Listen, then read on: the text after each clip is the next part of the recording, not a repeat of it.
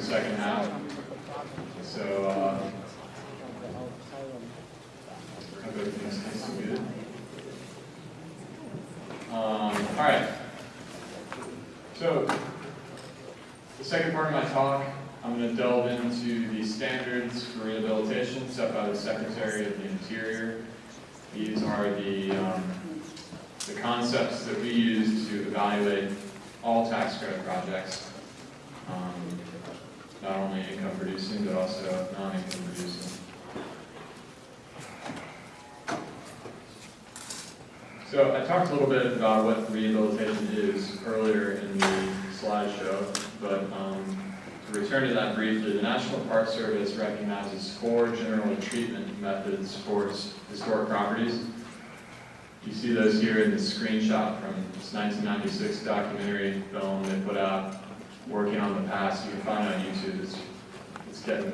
It's really sort of retro looking now, but all the information is applicable. So just briefly, reconstruction, obviously, it's clear what reconstruction is. Certain structures in colonial Williamsburg, Tryon Palace in New Bern, that's a good example of reconstruction. Restoration is the notion of taking a property and returning it to a point in time.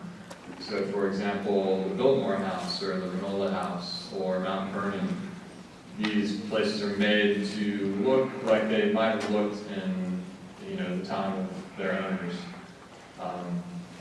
Preservation, preservation and rehabilitation are my 2 favorite methods. But preservation is an approach in which you take an existing resource and you embrace all the changes that have occurred to it over time, and you basically try to fortify it for the future. So in this little picture, you see an image of Drayton Hall. Has anyone been to Drayton Hall? Drayton Hall is a great example of preservation methodology wherein the building isn't populated with antique furniture or anything like that. It's just open up and empty, and you can see how it's aged and it's been stabilized to hopefully last many more years. And then rehabilitation, which is what we're talking about today. Rehabilitation is where you take an old building, adapt it to a new productive use, while ensuring that its most distinctive historic features are kept intact. Again, this is the official National Park Service definition. So, the standards. What are they? Why do we have them? And when did they come around? When the federal government conceived of this notion of tax incentives for rehabilitation projects, they found that they needed a set of criteria to help sort of set the benchmark for what a good rehabilitation would be. So the standards were first drafted in the late 70s in 1977. They entered the Code of Federal Regulations in 1977. And in 1990, they were adopted as regulatory for the federal tax credit program. So they are essentially the word of law in terms of certifying rehabilitations in this country. And we use them on the state level to certify our state projects as well. In 2017, so they've been only really revised, I think, maybe 2 or 3 times. So in a lot of ways, they hit the nail on the head from the very beginning of the standards. The most recent change actually occurred in 2017, but those were to the guidelines. The guidelines, in fact, I have this publication over on the table if you want to take a look at it. It's available for download from the National Park Service website. But the guidelines for rehabilitation they take the standards and they apply it. They show you how they're applied in different project scenarios.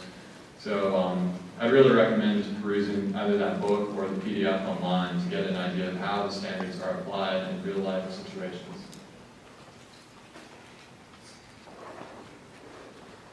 Before I go into each standard, I figured it would be good to just give you an overall, sort of my take at least, on the core principles underlying the standards.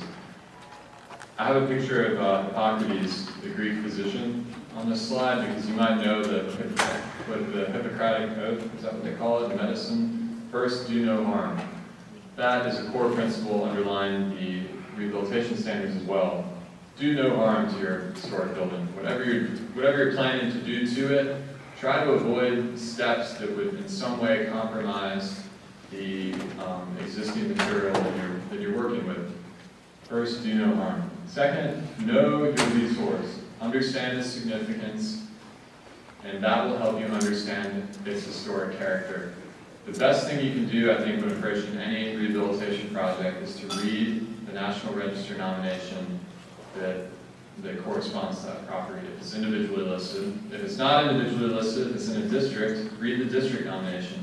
Get an idea for why your district or why your property is historic. Is it historic because it is associated with a famous historical persona? Is it historic because it embodies a particular period and style of architecture? The more you know about why your building is significant, the more you'll be able to tell what material features of your building contribute to that significance. Those are the things you don't want to change.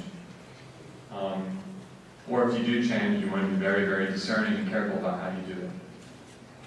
Number 3, tailor a new use to fit an old building, not the other way around. I cannot overemphasize how important that is in planning your project. Work within the existing parameters the building gives you. Don't try to impose your will or your great idea for a new business on an existing historic building, because it's just going to make the process more difficult. You'll find that working with the standards is pretty darn easy if you work with what's there and try to tailor your use or your new idea to fit what's there. Accommodating change is part of the rehabilitation process. This is not restoration, it's not preservation.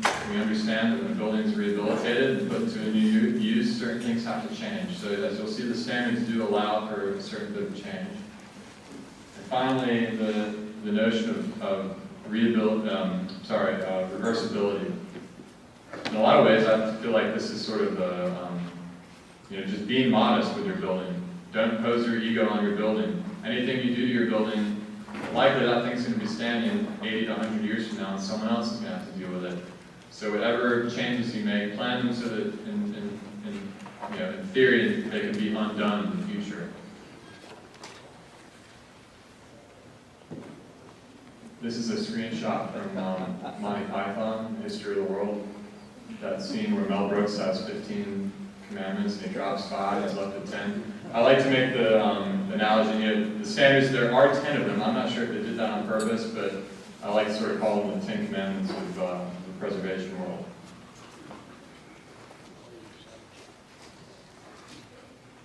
Number 1, a property shall be used for its historic purposes or be placed in a new use that requires minimal change to its defining characteristics. Again, take your building, figure out a use that fits that building. Don't take a building and try to impose your own new idea for use onto it.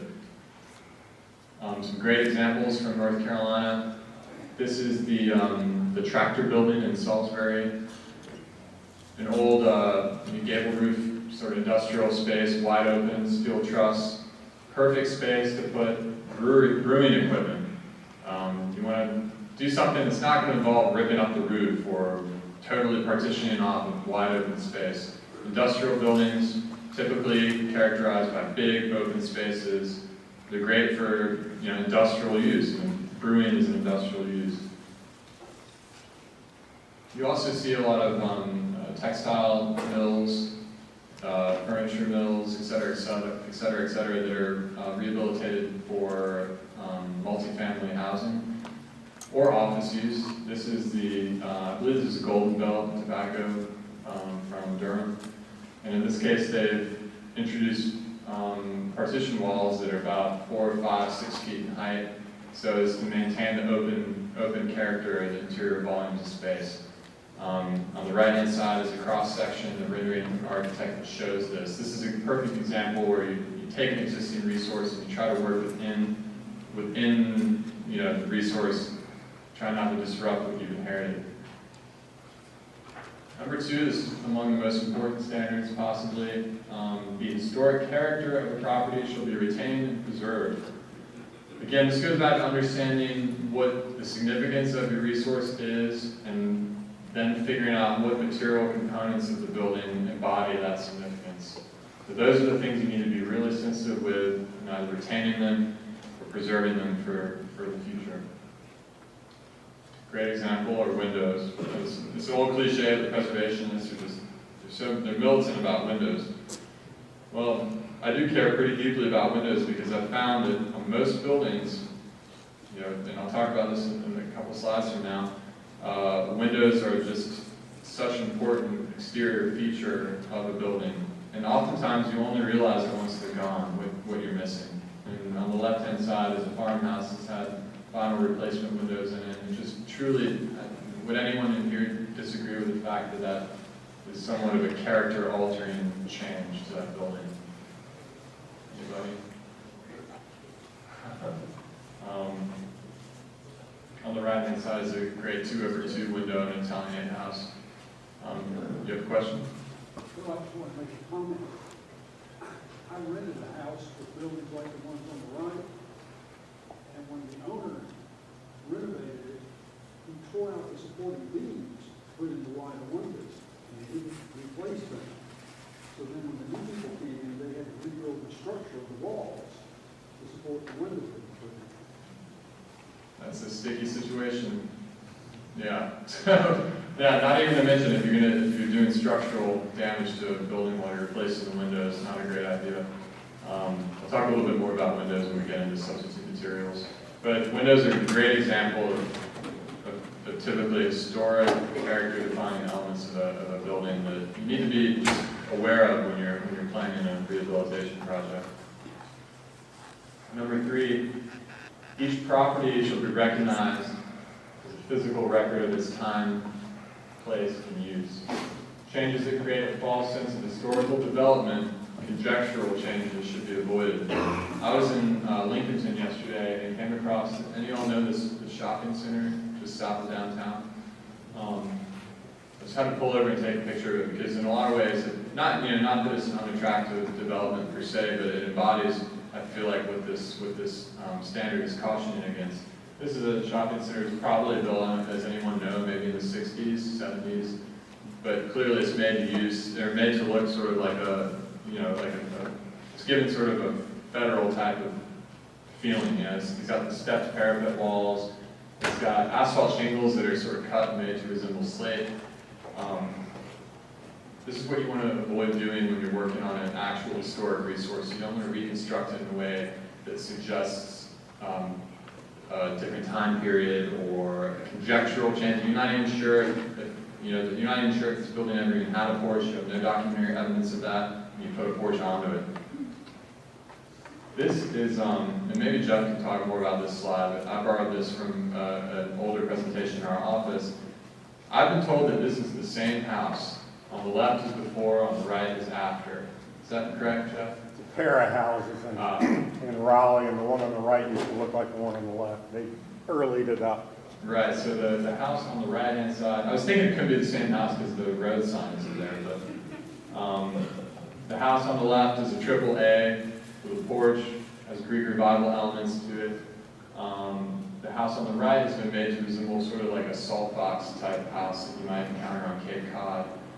So they removed the porch, removed the front gable, and just gave the house an architectural character that never would have existed actually in its past. So that's something you want to avoid when you're taking on a rehabilitation project. Number 4, most properties change over time. Those changes that have acquired historic significance in their own right shall be retained and preserved. This to me is one of the most spectacular houses in the state. This is Red Hill Plantation in Granville County, not too far from the Virginia line. This is a perfect example of a house that's accumulated additions over the years that then fall within a period of significance for the structure. So the central part of this house is the gambrel roof volume at the center. It's built in 1776. It got sort of a federal style addition on the right, 1807, and then sort of a Greek revival 2-story addition on the left in 1820. So this is a type of property that if you were planning a rehabilitation project, it would be unwise and it would not comply with the standards to remove either of these additions because, you know, at this point, they're approaching 200 years old, and they require sort of significance in their own right. Number 5, distinctive features, finishes, construction techniques, examples of craftsmanship that characterize historic properties shall be preserved. This is some spectacular interior plasterwork in Ingleside, a 1810 house in East Lincoln County. That clearly, I mean, is the work of a master. Countless man hours put into the cornice and the ceiling of this room.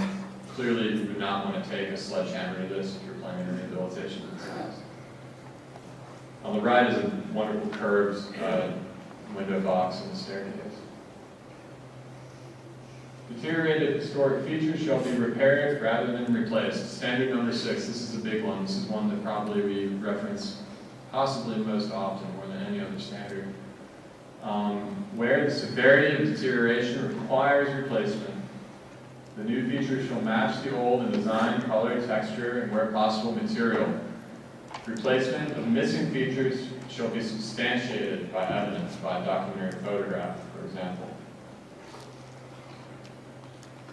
So again, you know, I showed one of the most common scopes of work we get on our non-income producing tax credit applications are repairing rotten exterior woodwork.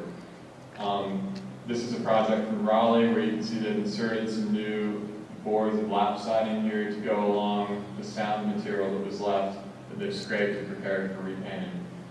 So repair before you replace. If something is truly far too gone to deteriorate and to repair, then you need to replace it with something that provides a very good visual match for what was there originally. You know, and then the question, of course, substitute materials. I'm going to talk about that here in the next couple slides.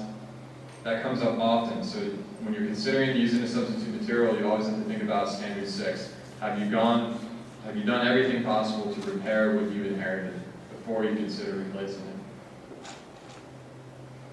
Oh, this is an interesting project in Durham where the owner began with this clearly non-visual porch setup, was able to find a documentary photograph, possibly from our survey records in our library. I'm not sure if you know Jeff, but we have, if you come visit us or email us, we have survey files and working files from all different National Register district nominations going back to the 60s. So oftentimes we can pull up photo negatives that were done at the time of the survey. So we can pull up a photo of your house maybe taken from in the 1970s or 80s that oftentimes might illustrate a lost historic feature like this porch. So in this case, this owner was able to utilize documentary evidence to recreate an accurate porch detail. Number 7, chemical or physical treatments that cause damage to historic materials shall not be used. This is sort of the Hippocratic oath of preservation. Do no harm. You know, the standard in a lot of ways applies to abrasive cleaning for masonry, but really more broadly speaking, it can apply to, don't put insulation in the wrong space where it might lead to moisture problems. Don't think through the changes you're making in the fabric of a historic building so as not to create new problems for that material. On the left-hand side, we see an example of what can happen when you take abrasive cleaners, sandblasting, walnut shell blasting, et cetera, to soft 19th century North Carolina brick. This is a great example of what might happen when you repoint 19th century brick with a Portland cement-based mortar, which is essentially impervious to water. So I won't get into all the X's and O's about how masonry systems perform, but generally speaking, mortar joints are the sacrificial lamb of the system. The mortar joints are meant to fail, not the brick. And when you plug the mortar joints with something that can't breathe and can't allow water and water vapor to pass, then your water vapor is going to pass through the brick, and likely it's going to leave in its wake crystallized salt, which is going to over time degrade the brick material. So this is an example of someone who didn't heed standard number 7. And again, I didn't intend for these all to be masonry related, but they are. This is an example where someone applied some thick metal latex paint to the exterior wall of the masonry structure, and probably they're getting, this is occurring up along the parapet because the parapet's getting rain and moisture from both sides. That paint isn't allowing this wall system to breathe, and so moisture builds up, and eventually the adhesion of the paint fails, and you have something that's flaking off the building. So really think through any material changes you're making. If necessary, give us a call. We can walk you through, tell you a little bit more about material science and building science, and help you understand what you're doing in your structure before it's too late, it's already done, and damage occurs. Number 8, this is the archaeology standard. Significant archaeological resources affected by your work shall be protected and preserved. If such resources must be disturbed, mitigation shall occur to ensure that they're not totally obliterated. Here's a photograph of some folks doing ground-penetrating radar alongside a house that's undergoing restoration. This is in the eastern part of the state. Number 9 pertains to additions. New additions, exterior alterations, or related new construction shall not destroy the historic materials that characterize the property. New work shall be differentiated from old and shall be compatible with the massing, size, scale, and architectural features.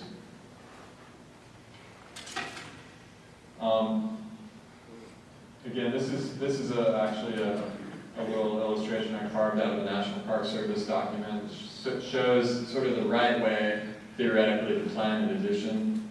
If this is your existing building, this is its primary facade, really consider proposing your addition off the back in an area where it's going to be hidden from public view. This is an example of a house here in our state that received, and every time I look at this house, I can't even really read where the original house has been put with the addition, but this is the original roof line here, and that's maintained right about here. They popped out the top with 2 new gables here and then a gable out the side. So this is an example where, frankly, the massing and the scale of the addition dwarfs the original structure and compromises its historic integrity. This is a situation you want to avoid. And finally, number 10. This is the reversibility standard. New additions and adjacent new construction shall be undertaken such that if removed in the future, the essential form and integrity of the resource survives. This is a great old slide in our collection showing someone who took the time to scribe a new piece of drywall to conform to an existing cornice in an old interior space. So in theory, instead of just taking a Sawzall and hacking the cornice away, they took the time to do that so that if this partition wall is removed in the future, the cornice will remain intact.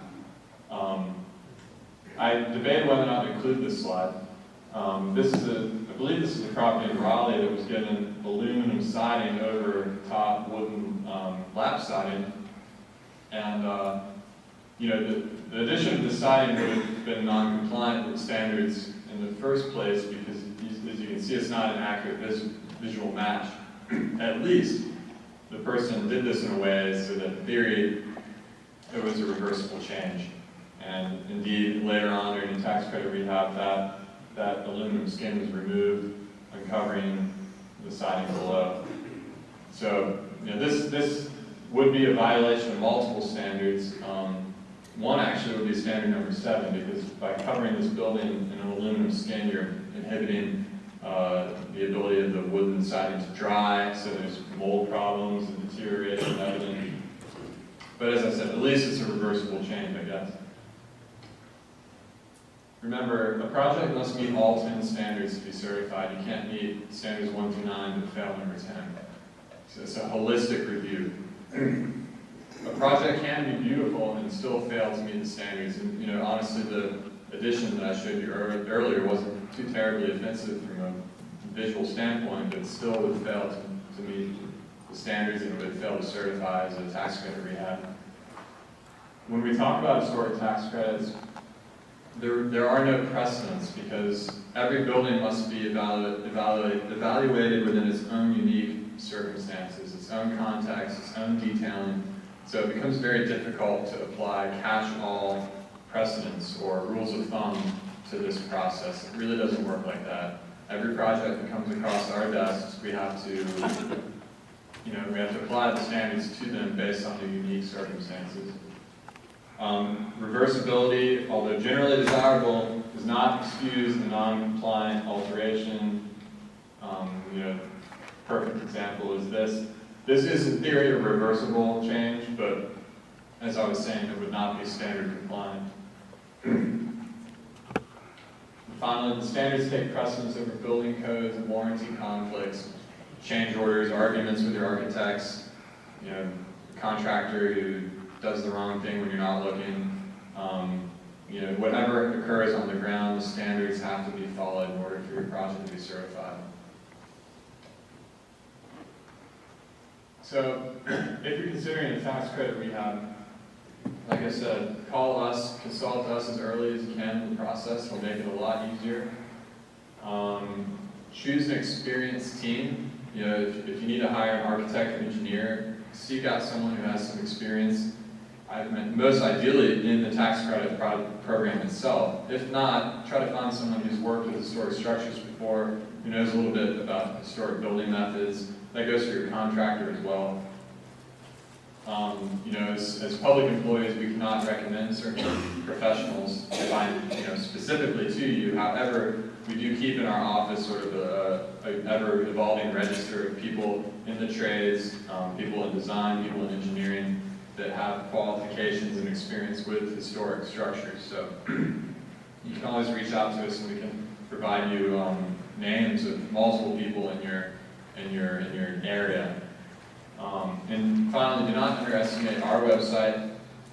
Our website admittedly looks a little bit retro, but it's got a lot of material on it, all sorts of different publications that can help you think through a rehabilitation project. And the National Park Service has just a plethora of material available. In fact, I brought, just to demonstrate what they have to offer, I brought some examples I put over on that table. They have this series of sort of memos called preservation briefs. They're up to, I think, number 51 at this point. But this is an ongoing publication series that talks about, it gives technical preservation advice.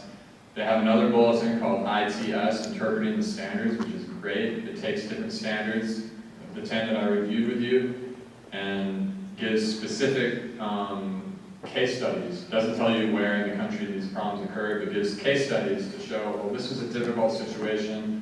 This proposed change seemed to go against standard number 2.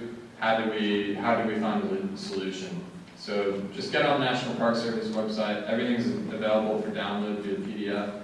And again, if you're interested, I just brought a couple examples so you can flip through them and see what this stuff is. The National Park Service, I cannot over-exaggerate how much material they put out over the years to help elucidate this process. Finally, the last part of my talk, I'm going to deal a little bit with substitute materials. It's a really interesting topic. History in the making, I suggest, or an assault on good taste. I like to avoid, to me, preservation has nothing to do with taste. It has to do with being able to read history in a built environment, when we walk through downtown Belmont, being able to discern from what we see, how did this town develop? What are the stories of the people who lived here? I try to keep taste out of it. But a lot of people cringe when they think about vinyl siding or aluminum siding or fiberglass windows. I'm going to talk a little bit about what do the standards tell us? What does National Park Service guidance tell us about the good application of substitute materials in historic rehab projects? What do these 4 buildings have in common? On the top left, Redwood Library, Newport, Rhode Island, the oldest library building in the country. On the top right, the Morris Libby Mansion in Portland, Maine, one of the finest examples of Italianate architecture in the country, brownstone structure. On the bottom left, the magnificent Wrigley Building in Chicago. And on the bottom right, the Common Row House, South Philadelphia, 22nd and Tasker Street. What do these all have in common? It's an unlikely pair. Well, clearly the answer is substitute materials. This building, believe it or not, is entirely composed of wood, with the exception, of course, of the steps. This is all wood, carved. This building dates to 1750. Carved and painted with a sand-impregnated paint to mimic ashlar masonry. So, this is a National Historic Landmark, one of the most important buildings in the Northeast. This is entirely composed of substitute materials. So the Morris Libby Mansion, 1860, brownstone. Brownstone was a material that had issues from the very beginning. It suffered material failure all throughout its front and side elevations. Believe it or not, this beam right here is wood. The original brownstone beam failed to the extent it was no longer considered safe. So they replaced it with a massive piece of wood and again painted it with a sand-impregnated paint to make it look like brownstone. The Wrigley Building, at first glance you might think this is ornately carved limestone. Well, in fact, the entire facade is glazed terracotta. Terracotta, a celebrated building material, is in essence a substitute material and enabled the quick duplication of carved elements through casting and you clipped it onto a facade. In theory, it's not really all that different from cast stone veneer or vinyl siding. So, substitute materials aren't something to be hated or feared. They're really a sort of a part of our architectural inheritance. And I just want to talk a little bit more about how to apply substitute materials in ways that will help, ensure that your rehabilitation is successful.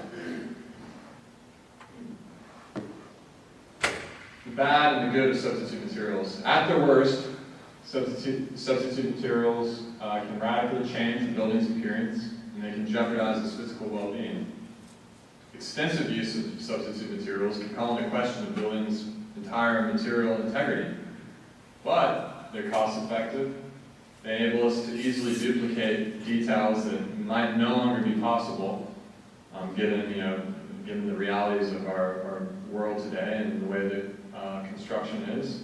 And they can also last a very, very long time if they're put into the right context. So what does the Park Service tell us about implementing substitute materials? Well, first of all, they reference standard number 2 and number 6 over and over again. Number 2, which is define what is the historic character of your building. Whatever the historic character is, do whatever it takes to preserve and retain the historic character.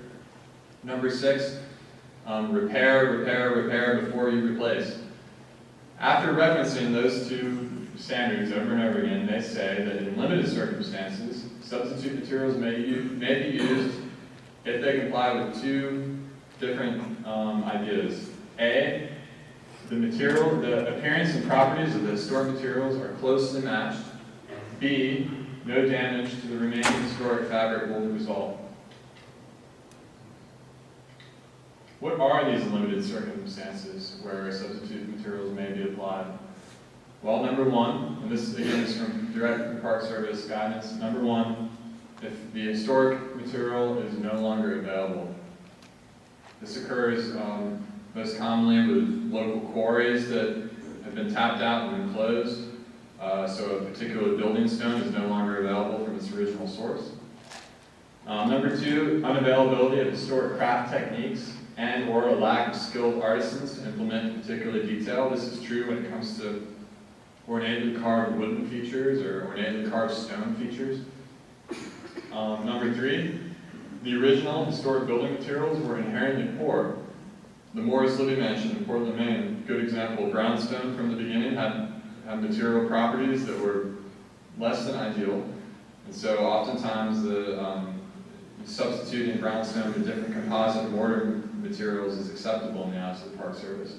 Finally, number 4, code-related changes. This really isn't going to apply so much in our state. This is typically for areas with high seismic activity, where it becomes a liability to have heavy stone or terracotta cornices suspended 30 feet above people's heads. In the event of an earthquake, that can become a very dangerous situation. Again, I don't anticipate too many areas in North Carolina where code-related changes are going to enable us to use substitute materials on a wide scale. So we live in the age of hardy, cementitious hardboard. What is it? Where can it be used? Is it acceptable in the eyes of the standards? Well, you see a lot of new construction, especially the sort of nuevo bungalow style that just makes extensive use of cementitious hardboard products. They come in 4x8 sheets, they come as trim boards, they come as lap siding, they come as wall shingles. You can use them all over your house. And in theory, a case can be made that the quality of the wood that was used in this state to build in the 19th century, for example, is no longer really available on the marketplace. That is true to an extent. However, wood is still, as a material, available, and when it's properly prepared and installed, it can still be made to last quite a long time. Wood composites often fall short of totally replicating the visual effects of a historic wood detail, be it in the shadow lines that they produce, be it in their profiles or their thicknesses. And some wood composites, particularly the ones that are PVC-based, can fail in high UV exposure. So you need to be aware of what type of situation a composite material is being placed into. Our suggestions for wood composite substitutions: repair before you consider replacement. Do everything you can to salvage the wood that you have left. Give us a range. There are plenty of ideas we can run past you depending on your situation that will help you keep the material that you have. Again, this is really standard number 6 in a nutshell. If truly you have no other resort and your wood is completely deteriorated or consumed by termites or whatever it is, try to limit your substitutions using wood composites to either new construction, additions, or areas of low prominence, visibility, or accessibility. For example, a widow's walk. It's difficult to get up there to perform that work. You're only going to be up there maybe once every 15 years. And from the street, it's far enough away that you can't really discern that it's not an actual wooden detail. Those are our suggestions for wood composite substitutions. Windows. There are a variety of windows on the marketplace. It's easy to open the phone book and call a contractor who will come to your house and say, all right, let's do this. Let's rip it out. Your sash cores are cut. These are trash. There's nothing you can do. Let me introduce a whole line of new vinyl windows that I can offer you to replace what you have. Well, the old adage I always say, windows are to a building what eyes are to a face. This is Samuel L. Jackson, good-looking guy. On the right, he's got an iPad. This is a screenshot from some superhero movie that came out recently. I thought people would laugh at this slide. Just illustrating how important windows are to a building. Look at the eyes on your face and imagine, okay, I'm wearing an eye patch today. What are people going to think about that? The most common failures among historic windows are actually relatively easily and cost-effectively repaired, be it broken window panes, cut sash cords, paint failure, isolated areas of wood deterioration, or misalignment. And it really, honestly, is the argument of thermal efficiency as a cause for replacing historic windows is really dubious. There's lots of ways to look at it. If you're having drafts through a historic window, consider a minimal investment of putting a storm window in. That will seal your draft off and will provide a thermal break. You'll have a 1 to 2 inch air barrier between the frame and your interior space. Think about the waste that's generated when you rip sash out, throw them in the dump. And then you're introducing new material into a house that has to be manufactured, often using different techniques and materials that aren't environmentally friendly. There are lots of ways to approach the environmental question, but really think it through. Oftentimes you'll be sold on the idea that new windows are environmentally friendly. It's not always the case.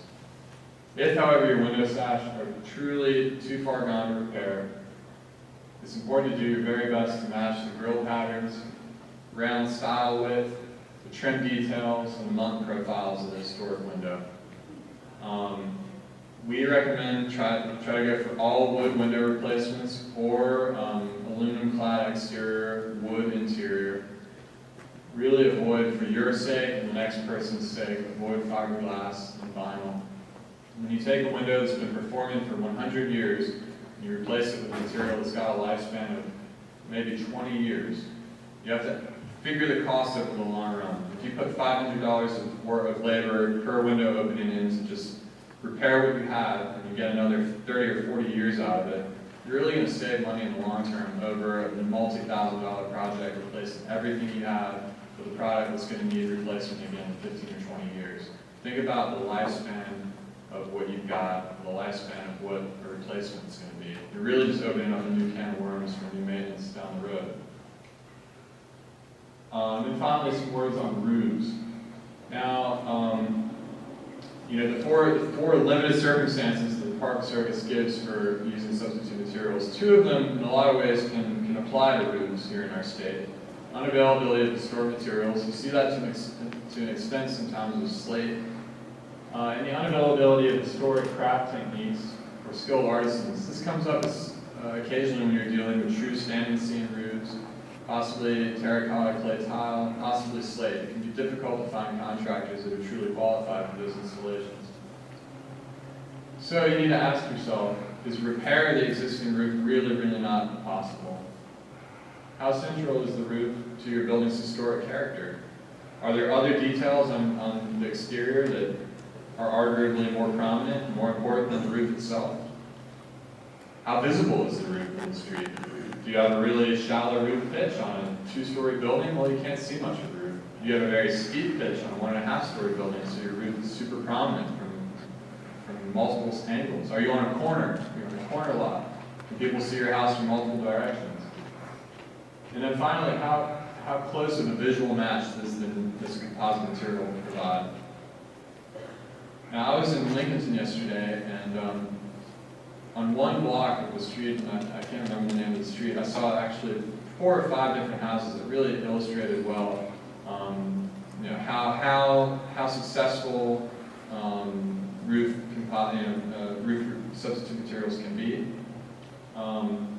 This is clearly not a substitute material. This is a fantastic house. I included this because here's a great example of a house where most likely the roof is going to be a character-defining element of the house's exterior. Would you not agree? This house is all roof. So if you're approaching the replacement of this is a true standing seam roof, probably 18-inch, 24-inch panels, flat panels. You want to be careful that a substitute material, if you're using Galvalume or whatever the newest material is on the market, you want to match the panel width. You want to go with flat panels. Try to match the seam height if possible. And then be cognizant of the ridge. A lot of new snap-together metal roofs have very wide ridge taps. That might not be a great visual representation or visual substitute for what you had originally.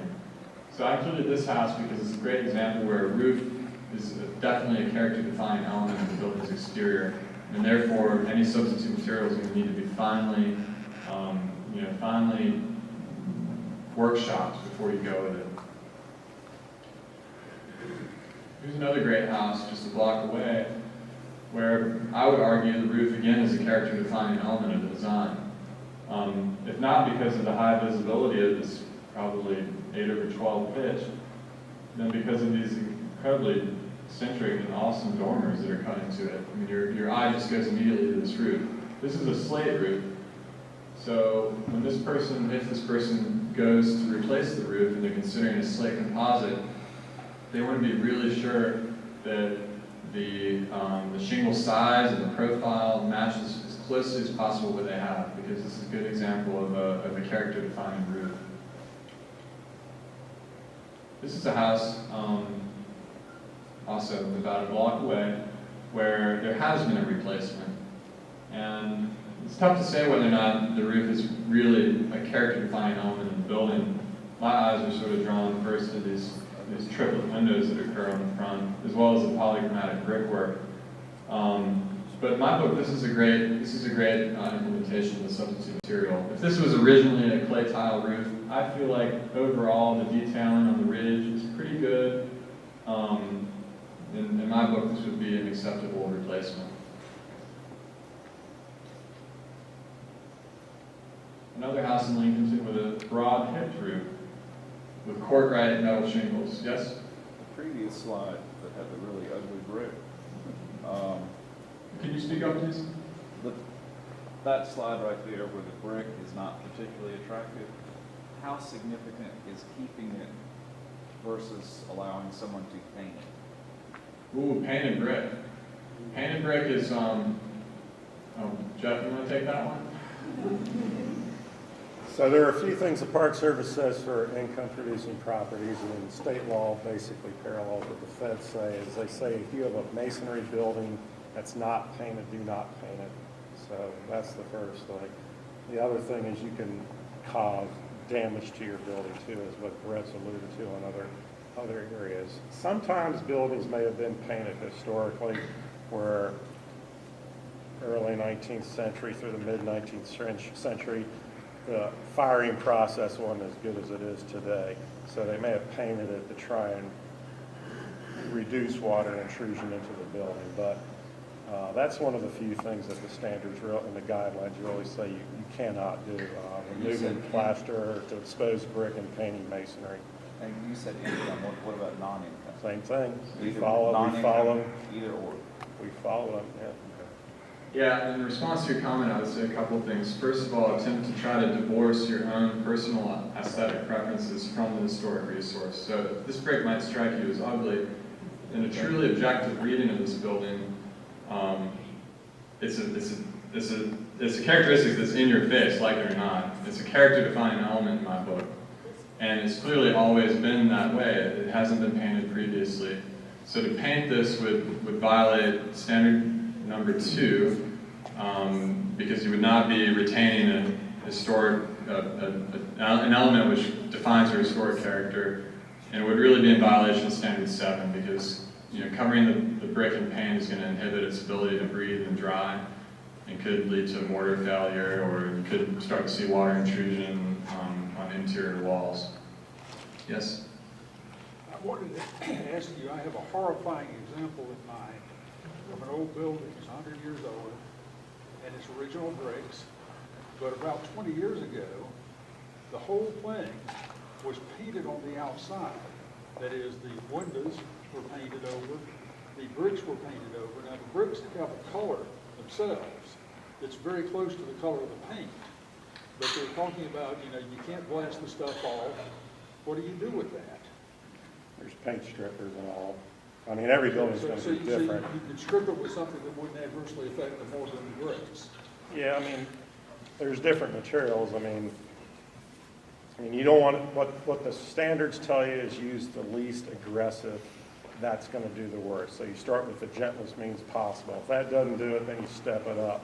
What you don't want to do is go in really aggressively and do something where you can damage What I'm the building. thinking about is these ancient bricks are probably permeable, and some of them stuff may have penetrated the bricks ridiculously. How do you do that? I mean, a paint coat's going to float on the surface. So if you use like a chemical stripper or like a peel away or something like that, that should be a little bit easier. But I mean, if you have like a frame building, you need to watch it when you're using chemical strippers and just do small areas. This is bricks. Right, well, I'm just addressing a bunch of rocks. Yeah, I mean, frankly, paint removal from masonry on a large scale is often not feasible economically. So painting brick is a consequential decision if you're going to paint an entire house. I'm going to try to avoid taking I just got a couple more slides I want to go through, and then we'll take questions at the end, if that's all right. I was talking about Cordrat shingles, mid-century, or actually earlier possibly, metal shingles on this hip roof building in Lincolnton. Hip roofs are often character defining because they're broad. One of the first things that draws your eye to a structure upon first viewing. As chance would have it, just 2 doors down from this house was this house. Someone who had likely had Cordrat shingles, who replaced them with a modern facsimile, probably galvanized aluminum, factory-coated metal shingles. And to me, this, again, is an example of an acceptable substitute material. So in the end, when you're considering substitute materials, there's a series of questions you should ask yourself. Is repair of the existing really, really not possible?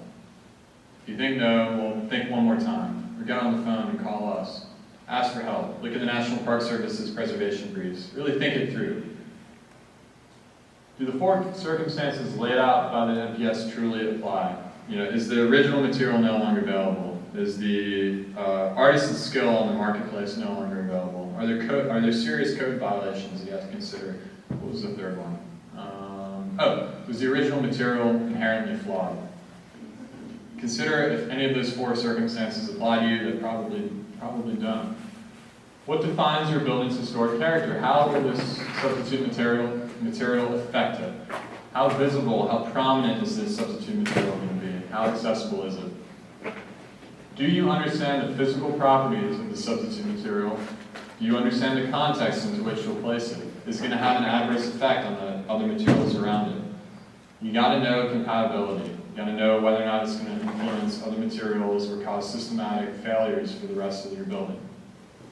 Finally, if you install the substitute material, how easy is it going to be for your descendants to uninstall it? Always be thinking about the next person.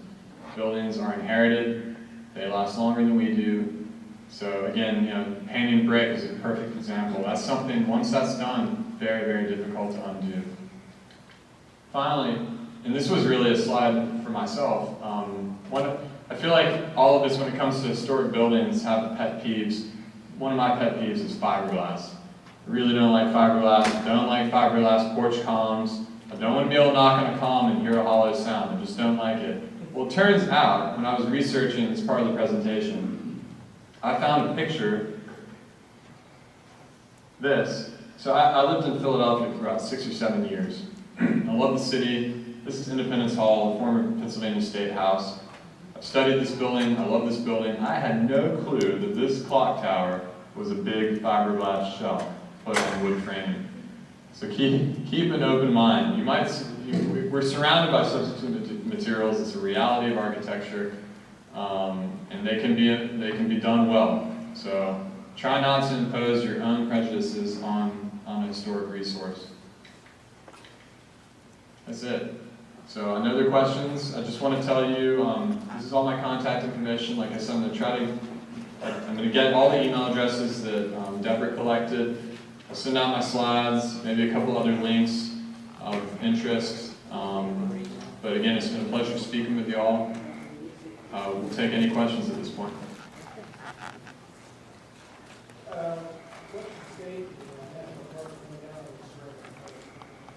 Ceramic paint. In terms of like terracotta repair, or? No, it's a paint coating, basically a coating, exterior paint,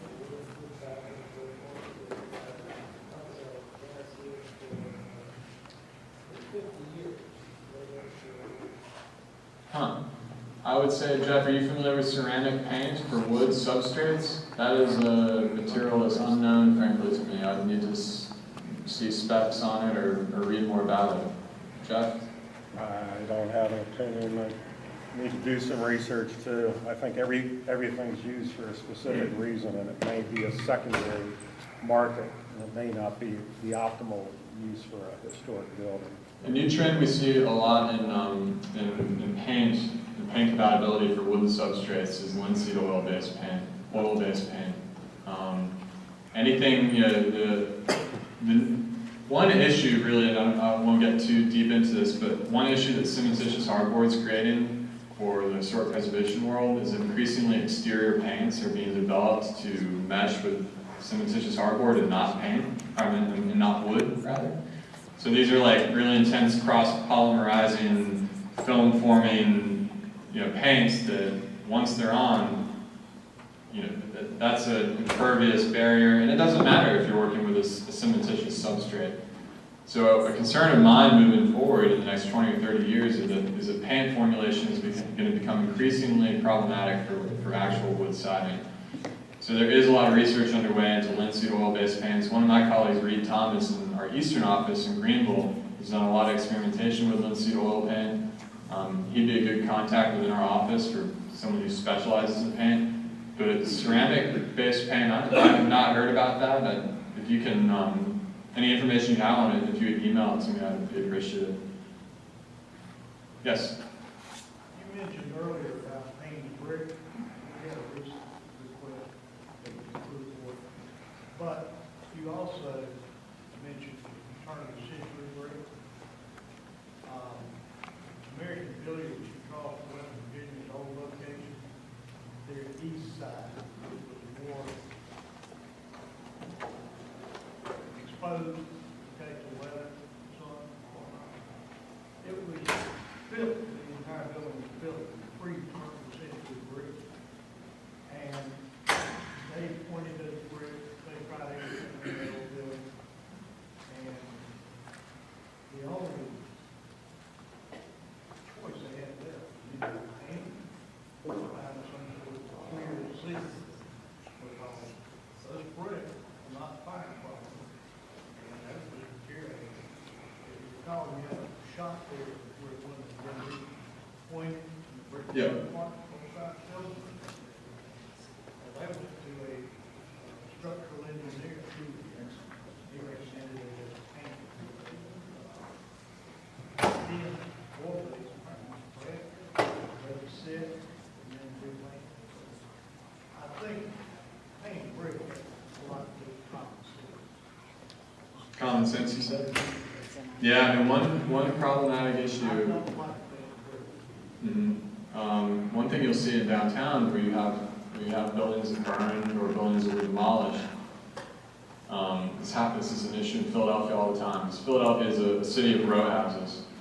And the bricks that they used to compose the partition walls in between each property were always the cheapest, the under fire brick, the throwaway brick. It wasn't going to be visible, didn't need to be high, visual grade. So they put all the under fire brick on the party walls. Now when one of those interstitial buildings goes down, suddenly you have a wall exposed to elements that was never intended to be exposed. And it's really friable material, and that's a bad situation.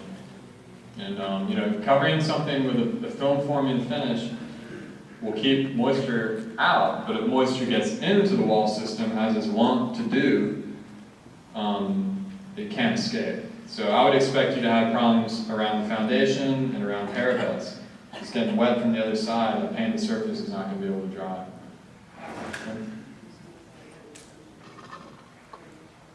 Okay. All right, well, thank you all so much.